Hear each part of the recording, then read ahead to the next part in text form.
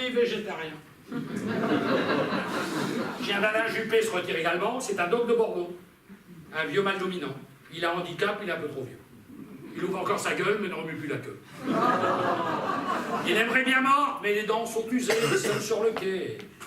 Et son heure est passée. De toutes les chiennes parties, celle qui me fait le plus de peine, c'est Neneuil, la petite chienne de Jean-Marie Le Pen. Tête de haute, patte propre, le pelage poivre et sel, elle traîne un lourd passé. On dit que son ancêtre avait été tondu il y a plus de 60 ans pour avoir fréquenté un jeune berger allemand. La bête est rejetée, mais elle n'y est pour rien, ce sont les mauvais maîtres qui font les mauvais chiens. Je connais le propriétaire, je vous le confesse, le plus méchant des deux est à l'autre bout de la laisse. On a surtout perdu le plus capé de la bande, le chien du président, le chien de François Hollande, un ex-caniche royal. Mon Dieu qu'il est gentil. Avec sa petite boule ronde, il ressemble à Snoopy. Ses amis le surnomment Guimauve le Conquérant. Il parle d'un chef de meute. Il est sympa, marrant, réplique à l'identique du chien de Colombo. Tonique comme une limace, ferme comme un chamallow, il n'a rien d'un chef, d'un leader, d'un gagnant, c'est pas un tatin. C'est plutôt rentemplant. Chien de Dominique Strauss-Kahn, lui c'est un obsédé, une chienne passe dans la rue, il peut pas s'empêcher, toujours la queue en l'air prêt pour une aventure, faudrait dans sa pâtée lui mettre un peu de bromure. Aujourd'hui il est seul, sans amis, sans copains, il est abandonné par tous les Strauss-Cahnins. Il y a Jean Jackson, un bichon rose fluo, que son maître a trouvé dans une parade techno, un nœud dans les cheveux, une plume dans l'arrière-train, jamais on n'a connu un chien aussi mondain. Dans les croquettes parties, il a ses habitudes. Il connaît parfaitement toute la dog attitude. Il possède totalement l'art de la séduction. Il sait bien faire le beau. Il remue du croupion. Il sait donner la patte sans qu'on la lui demande. Un seul problème, il lèche. C'est le fameux coup de langue. Tel le chien de Pavlov, tu vas le promener au pied d'un ministère, il se met à baver. Chien perdu. Chien bourgeois ou chien de prolétaire. Les chiens sont à l'image de leurs propriétaires, les uns plutôt sympas, au caractère bonhomme, d'autres plus agressifs, qui se battent comme des hommes. Compagnons de misère, complices, confesseurs, bouées de sauvetage ou antidépresseurs, ils sont tout à la fois. Compagnons, confidents. Ils vous aiment pour vous-même, ne portent aucun jugement. Ils entrent dans vos vies discrètement, sans épatte.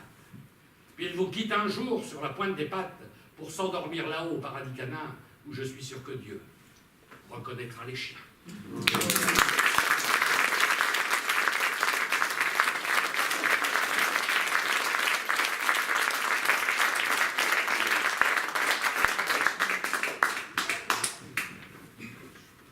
J'aimerais vous entretenir d'un sujet un petit peu plus délicat, puisqu'il concerne une espèce actuellement en totale déliquescence.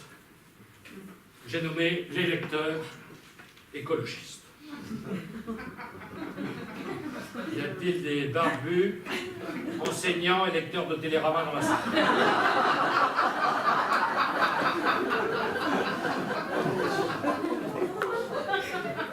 Belle plante verte garantie 100% naturelle, les colonnacs à rêve, boutez les engrais hors de France. Et retrouve au plus vite un paradis idyllique, peuplé de fleurs mythiques, des lys de capoux, des chardons ardents, des genêts au soleil, des pensées, encore des pensées, toujours des pensées. Le retour à la nature coûte cher, l'écolo fait monter la vente aux enchères, et au moment de payer l'armoise, il réclame des facilités de piment, il exige le don à sa vente.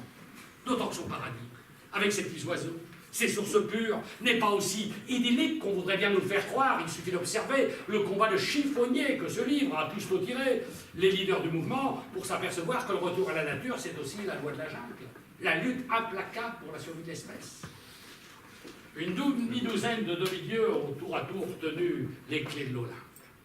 Figure historique du mouvement, Daniel Cohn-Bendit, ancien défenseur du pavé, aujourd'hui défenseur du pavot. Après la révolution de mai, la révolution de juin.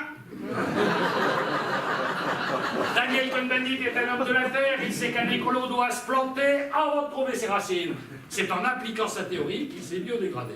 Il auto-recyclé comme leader des écologistes aux élections européennes de 2009, et ça a marché du feu de Dieu.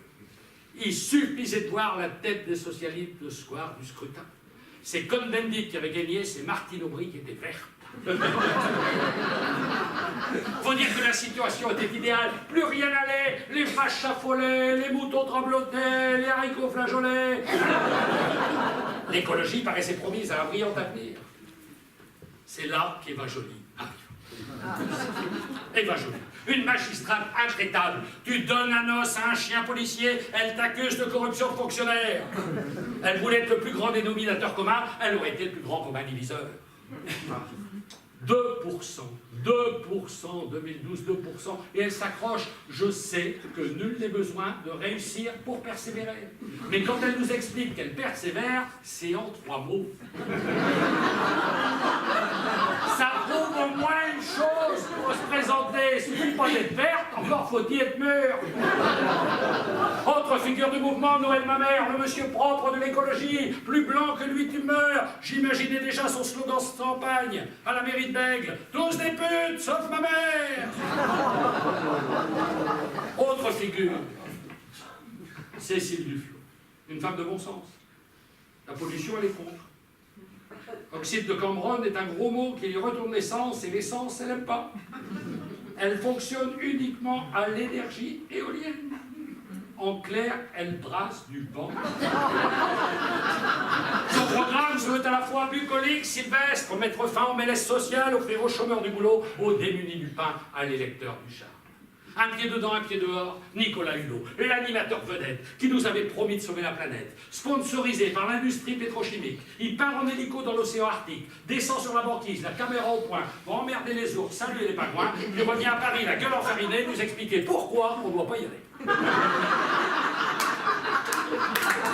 c'est l'écolo qui ne mange pas de toupet, fais ce que je te dis, fais pas ce que je fais. 3, 4, 5 leaders, chez les écolos comme chez les alcoolos, un verre ça va, 3 verres, bonjour les débats. Et les débats, ça n'en finit plus. Et pendant que les écolos débattent, que font les industriels? Ils s'adaptent. Ils ne tentent pas d'assassiner Antoine Wechter à coup de bombe CFC, ni de compromettre Marie-Christine Blandin dans un trafic de poules aux hormones. Ils créent le label vert.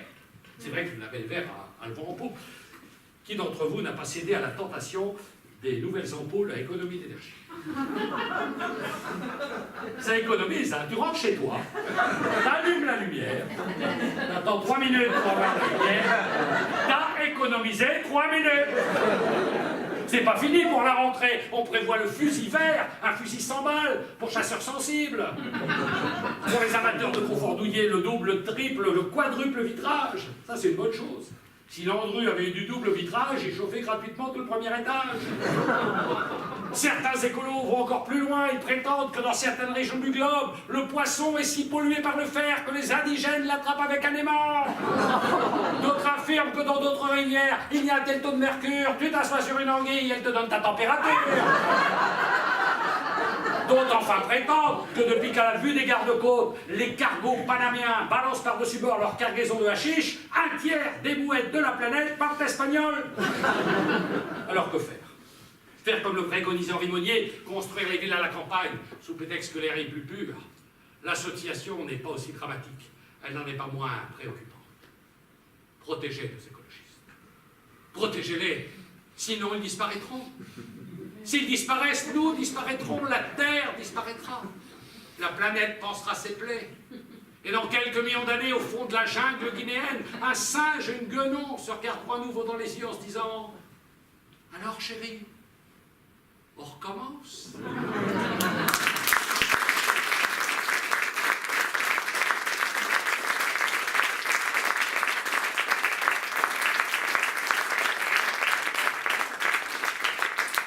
Quelque temps un article dans le Nouvel Observateur qui disait « La France compte à ce jour près de 140 000 SDF. » 140 000 SDF, et tout le monde s'en fout.